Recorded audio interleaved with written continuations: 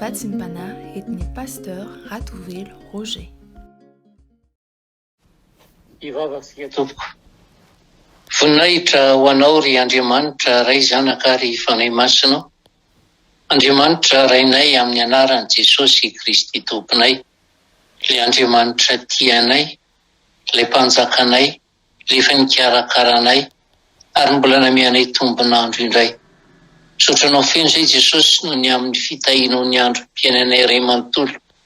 Sotranao ny amin'ny fitantananao ny fiainam-panahana ihany koa.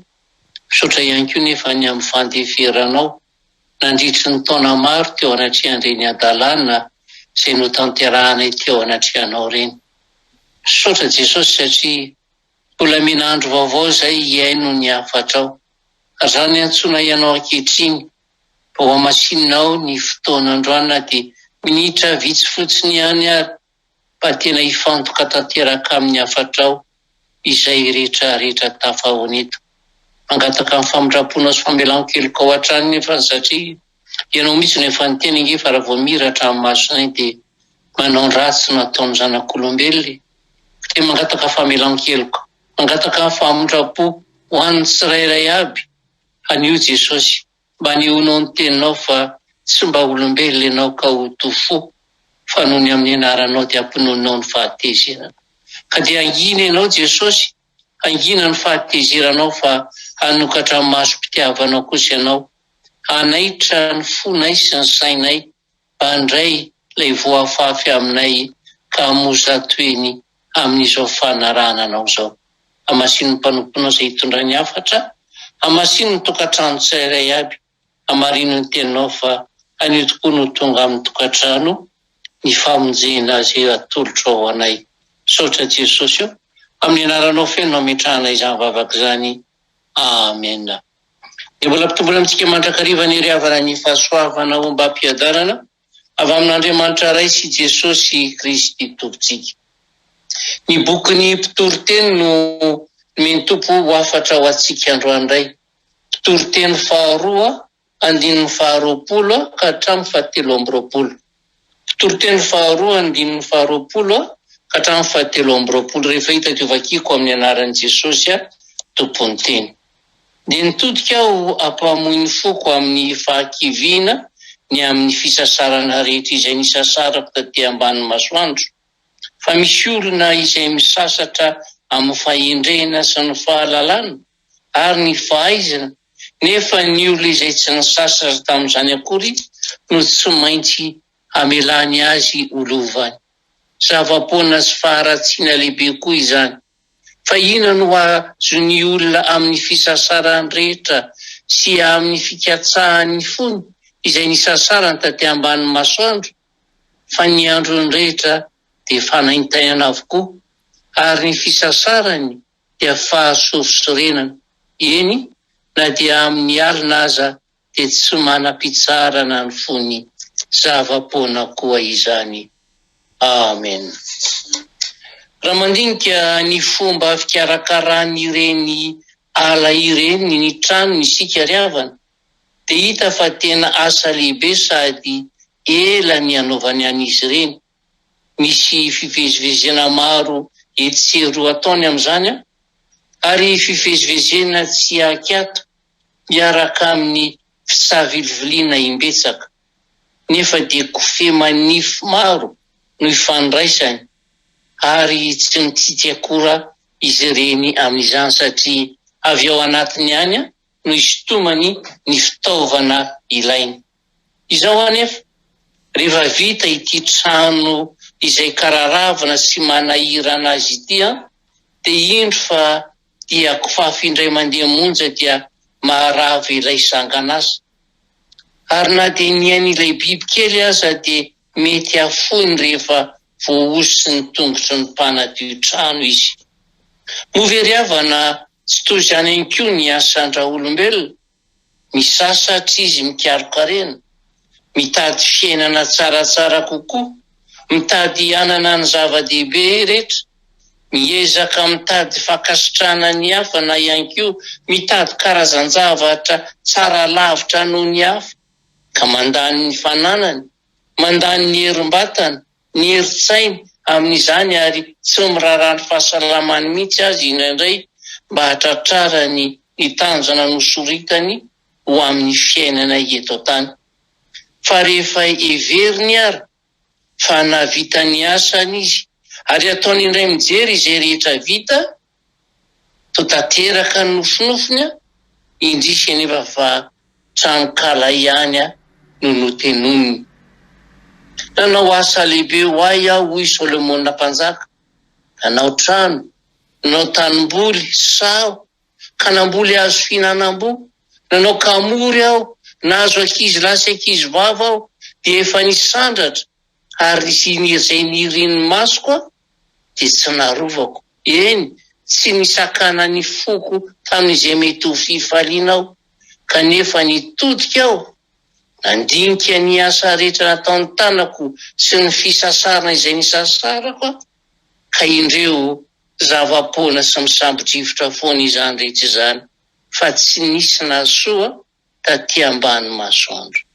Hitantsika izany teny izany ry avana ampitoroteny faharoa, toko 5:4 ka hatramin'ny 11.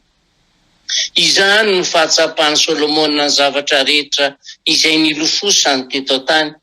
Ary isika izay miaina izao vatsy izao kosa re, mba manao ahoana ny fijerintsika ireo zavatra nikelezantsika aina ireo, manoloana ny hoavintsika, manoloana ny hoavin'ny fanahitsika. Ary sery havana no mahatonga an' Jesosy ilaza hoe miaria rena ho any an-danitra ianareo, izay tsy misy kalalao na rafesina manimba, sady tsy misy mpangalatra, mananitra any no mangalatra. Ny tena rena mantsy ry havana dia ny fananana ny famonjena sy ny fiainana mandrakizay ary ny fanantenana ao amin'i Jesosy Kristy, izay azo amin'ny alalan'ny finoana.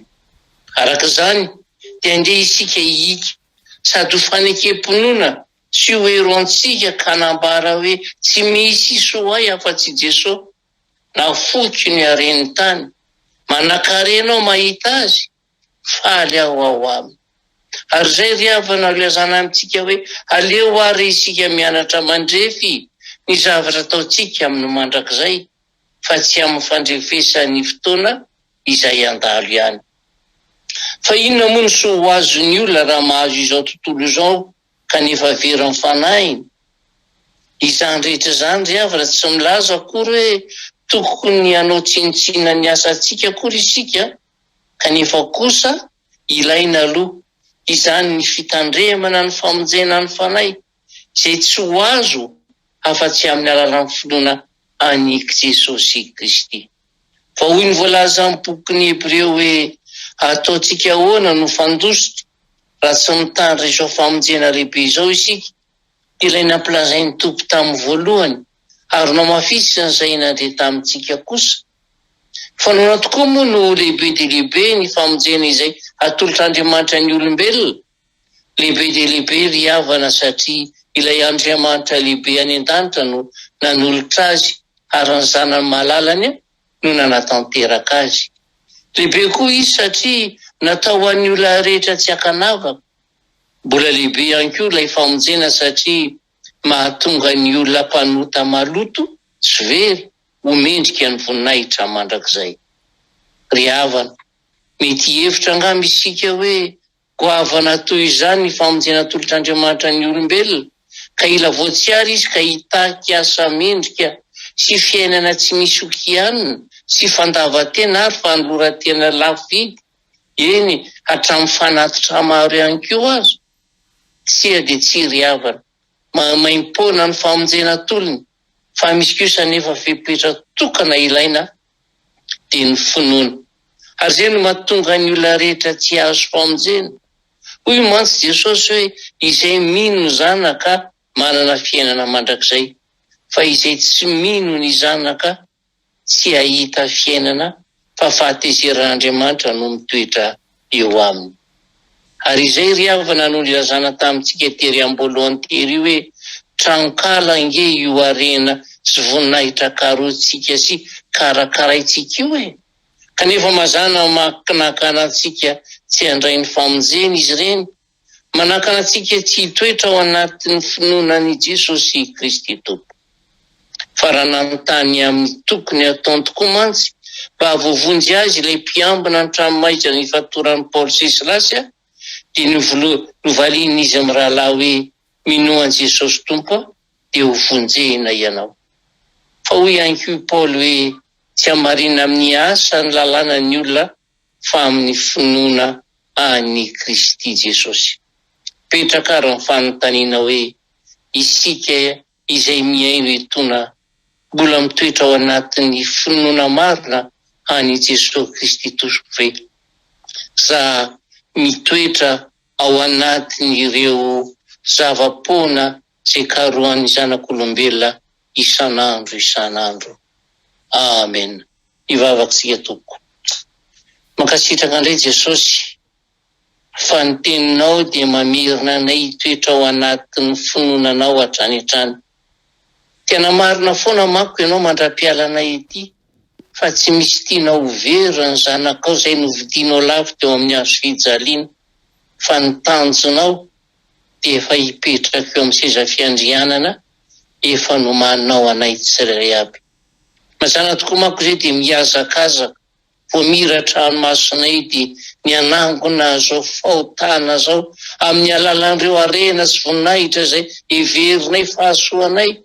Fa raha marina dia marina ny tenin'ny mpanomponao Solomona hoe zava-poana dia zava-poana tokoa izany ety ambony tany, satria manakana anay izy ireny tsy toetra anatin'ny finoananao hatrany.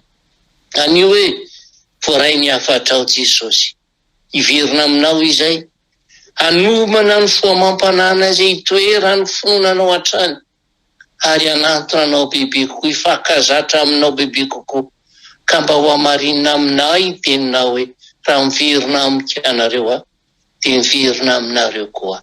Dia toa mivahoakanao raha makivaky ny tontolo andro hibitsiho isan'andro amin'izay toerana alehany hoe mitoera ny finoana dia voavonjy ianareo. Dia mankasitraka Jesosy makatelo ady mametraka ny tsirairay ambany fahitahinao mba nihonao ny hery ny fahasoavanao, fa ilay Andriamanitra tsy miova ianao omaly sy anio ary mandrakizay. Ka dia tonony aminay tsirairay aby nitsotranao masona ka namarinanao ny tena hoe hita ianao any Jehovah ka hiaro anao.